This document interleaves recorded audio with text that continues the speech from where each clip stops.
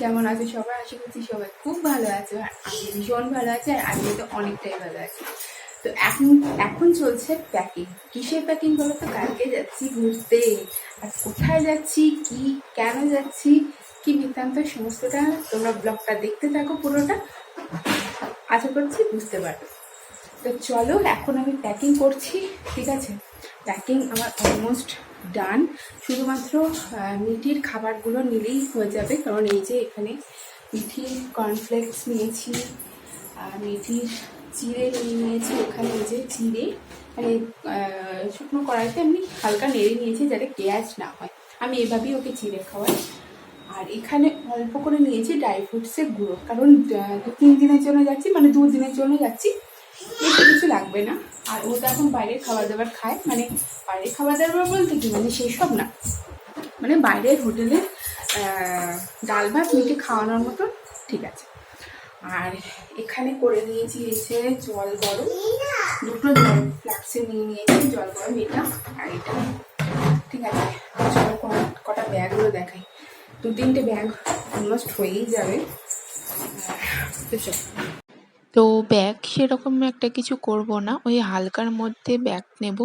এই যে সাইড ব্যাগটা, এটা আমি নেব হচ্ছে আমাদের মা মেয়ের যাবতীয় যা কসমেটিক্স লাগে, মানে মাখার জিনিস, কারণ আমার মেয়ের কম কিছু মাখার জিনিস লাগে বলে মনে হয় না। আর 3টে ডায়পার নিয়ে রাখলাম, একটা কালকে সকালে ওকে পরিয়ে দেবো, আর দুটো মানে ব্যাগে নিয়ে নেব, যদি ও পটি বা হাগিস যদি ভিজে যায় তাহলে ওকে চেঞ্জ করে দেব। আর এই ব্যাগটা হচ্ছে ওর, এই ব্যাগটা আমি নেব মিঠির খাবার দাবারগুলো ভরার জন্য, মানে ওই তোমার ড্রাই ফ্রুটসের গুঁড়ো, চিড়ে, তারপরে হচ্ছে জলের বোতল, তারপরে মিছরি গুঁড়ো, আর হচ্ছে গিয়ে তোমার কর্নফ্লেক্স। এই কটা আমি খাবার মিঠির জন্য নিয়েছি আপাতত, আর বাদ বাকি কিছু নিইনি। ও ওটস টোস্ট ওইগুলো কিছু নিইনি, কারণ ওটসটা একটুখানি রান্না করতে বা বেশিক্ষণ ভিজিয়ে রাখতে হয়, আর চিড়েটা তো কম সময়েই হয়ে যায়। আর রিসেন্টলি তো তোমরা জানো যে ওকে ডক্টর দেখিয়েছি, তো এই ওষুধগুলো নিতে হবে। এই A to Z নেব, আর ভিটামিন D3টা নেব, আর ফলিক অ্যাসিডটা নেব না, কারণ ওটা হচ্ছে সোমবারে খাওয়ানোর আছে। তো এদিকে তো আমি সমস্তটা রেডি করে নিয়েছি, আর ট্রাইপডটা নেব না, কারণ ওখানে নিয়ে গিয়ে এই ট্রাইপডটা ভীষণ প্রবলেম হবে। আর রাতে খাবারের জন্য করেছি শুধুমাত্র মিঠির খাবার, ডিম সেদ্ধ করে নিয়েছি আর সেদ্ধ ভাত করেছি, জাস্ট ওকে ভাত খাইয়ে দেবো। আর বেশি বাসনপত্র না হওয়ার জন্য আমি ওকে বলেছি যে রুটি কিনে নিয়ে আসতে, ওটাই খাবো। আর এখন আমি মিঠি জল গরম তো হয়ে গেছে, এখন আমি করব হচ্ছে মিঠির এই বোতলটাকে পরিষ্কার করতে হবে, কারণ আজকে ফ্লাক্স ও 3টে বোতল, মানে ফিডিং বোতল দুটো পরিষ্কার হয়ে গেছে, আর এটাকে করব। তারপরে এখন আমি করব হচ্ছে নেল পালিশ করব আর আলতা করবো। আজকে হচ্ছে বৃহস্পতিবার, পরপর দুটো বৃহস্পতিবার আমার আলতা পরা হয় না। তো চলো দেখতে থাকো, আর ভীষণ মজা হবে। আজকে থেকে আমি ব্লগটা স্টার্ট করেছি, কারণ ব্যাগ প্যাকিং থেকে যাওয়া থেকে সমস্তটা তোমাদের সাথে শেয়ার করবো, অল কিছু। ঠিক আছে, তো চলো, সমস্ত যে কাজগুলো আছে, এই খাবারগুলো ভরতে হবে, জলগুলো ভরতে হবে। আমি আগে মানে বিয়ের পর প্রত্যেক বৃহস্পতিবার আমি আলতা পরতাম, কারণ আমার শাশুড়ি মা আলতা পরানোটা শিখেছিল। আর আমার মা মাসিরাও দেখতাম বৃহস্পতিবারে আলতা পরতো। এখনও আমি পরি, কিন্তু ওই যে মিঠির পেছনে দৌড়ত্ব করতে করতে আমার সময়ের খুব অভাব হয়ে গেছে। তার বাইরে তো আমার 3-4টে ইউটিউব চ্যানেল আছে, ফেসবুক আছে, এইগুলো সমস্তটার সাথে সাথে আমি আর নাজেহাল অবস্থা হয়ে যায়। আর বিশেষ করে মিঠির পেছনে দৌড়তে দৌড়তে না আমার কোনো সময়ই থাকে না। তো যাই হোক, চলো দেখো, তোমাদের সাথে কথা বলতে বলতে সকাল হয়ে গেছে, আর আমরা দীঘাতে পৌঁছেও গেছি। এই যে মন্দিরটা দেখছো, এই মন্দিরটা মানে জগন্নাথ মন্দির দীঘাতে করছে। তোমরা যারা দীঘাতে এসছো তারা জানো যে হয়তো জেনে থাকবে যে দীঘাতে জগন্নাথ মন্দির হচ্ছে, এখনও কমপ্লিট হয়নি, তবে খুব তাড়াতাড়ি উদ্বোধন হয়ে যাবে। তো আমরা তো মানে হোটেলে ঢুকেই আগে লাঞ্চটা করে নিয়েছি, করতে এসছি আর কি। তোমরা দেখতে পাচ্ছ টেবিলে চলে এসছি আমরা। আর এই হোটেলটা ভীষণ ভালো, আমার হাজব্যান্ডের যে কলিগ আছে সেই বুকিং করেছিল। বাট সবই ঠিক ছিল। মানে রুম-টুম সবই ঠিক ছিল। কিন্তু খাবার-দাবারগুলো এতটাই কস্টলি ছিল যে মানে আমার তো খেতেই ইচ্ছে করছিল না। বাট ওই যে আসা মাত্রই লাঞ্চটা করতেই হতো আর মিঠিকেও খাওয়াতে হতো। তাই আমরা একটু ডাল, সবজি, ভাত খেয়ে নিয়েছিলাম। তারপরে আমরা চলে আসলাম বিচে। আর অনেক দিন পর মানে বহু বছর পর আবার আমি বিচের সামনে দাঁড়িয়ে, আমি যখন ছোট ছিলাম তখন গেছিলাম হচ্ছে পুরীতে, আর এখন ফার্স্ট টাইম আমি এসেছি দীঘায়। মানে এর আগে তো মানে কোনো ট্যুরই আমার করা হয়নি, মানে বিয়ের আগের কথা বলছি। কোনো ট্যুরেই যাওয়া হয়নি, কারণ পড়াশোনার চাপ ছিল, চাকরি ছিল, এই সব মিলিয়ে তারপরে আমার বাবার অ্যাক্সিডেন্ট হয়েছিল, সব মিলিয়ে একটা ঘেঁটে ঘ হয়ে গিয়েছিল আমার মানে জীবনটাতে। তো যাই হোক, বিয়ের পরে আমি ফার্স্ট গেছিলাম হচ্ছে হানিমুনে সিকিম। তো তারপরেই মিঠি আমার কোলে চলে আসলো। তো পরপর ২ বছর আর কোথাও বেরোনো হয়নি। এবার থেকে ভাবছি যে মানে চেষ্টা করব বেরোনোর, মিঠি বড় হতে হতে।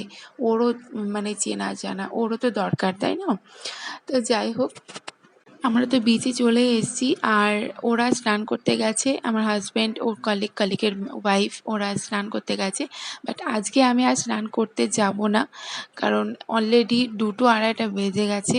আর মিঠিকেও আমি রুমে স্নান করিয়ে দিয়েছি, আমিও নিজে স্নান করে নিয়ে একদম দুজনে মা মেয়েতে মিলে ফ্রেশ হয়ে গেছি। আর ওয়েদারটা আজকে ভীষণ ভালো ছিল, কারণ আমরা পুরো রাস্তাটা ভিজতে ভিজতে মানে বৃষ্টিতে নিয়ে এসেছি। আমি তো বাসের ধারে বসেছিলাম, মানে জানলার পাশে বসেছিলাম, পুরোটা ভিজতে ভিজতে এসেছি। আর পেটটা খালি ছিল, সকাল থেকে কিচ্ছু খাওয়া হয়েছিল না, তার জন্য একটু গা বমিও দিচ্ছিল। বাট রুমে এসে স্নান টান করে ভাত টাত খেয়ে এখন অনেকটাই মানে ফ্রি লাগছে। তো প্রচুর ভিড় দীঘাতে, তো অল সিজন ভিড় থাকে। মানে দীঘা হচ্ছে মানে মধ্যবিত্ত, গরিব, বড়লোক সবার জন্য একটা ট্যুরিস্টের জন্য ভীষণ একটা মানে ভালো জায়গা। তো যাই হোক, ওরা স্নান টান করে নিল আর আমার ভাত টাত খেয়ে ঠিকঠাক পোষায়নি, তাই একটা পেয়ারা দেখতে পেলাম, তো সেখানে পেয়ারা নিতে এসেছি। তারপরে আর রুমে এসে ঘুমিয়ে পড়েছিলাম, কারণ সেই ভোরবেলায় উঠেছিলাম। তো তারপরে এতটা জার্নি করতে হয়েছে, প্রায় ৩ ঘন্টা বাসে বসে আসতে হয়েছে। তারপরে ঘুম-টুম দিয়ে এখন আমরা সন্ধ্যাবেলায় আবার বিচে যাচ্ছি। আর এই লিফটটা ভীষণ সুন্দর, মানে মিররের মতো সব কিছু দেখা যায়। আর যে কলিগ ছিল, মানে আমার হাজব্যান্ডের কলিগের ওয়াইফ, ওরা আগেই নিচে নেমে গেছে। আমরা একটু রেডি হতে প্রবলেম হচ্ছিল, মানে লেট হচ্ছিল আর কি মিঠিকে খাওয়াতে, মানে সন্ধ্যাবেলার ওকে একটু দুধটা খাইয়ে দিয়ে আমরা বেরোলাম।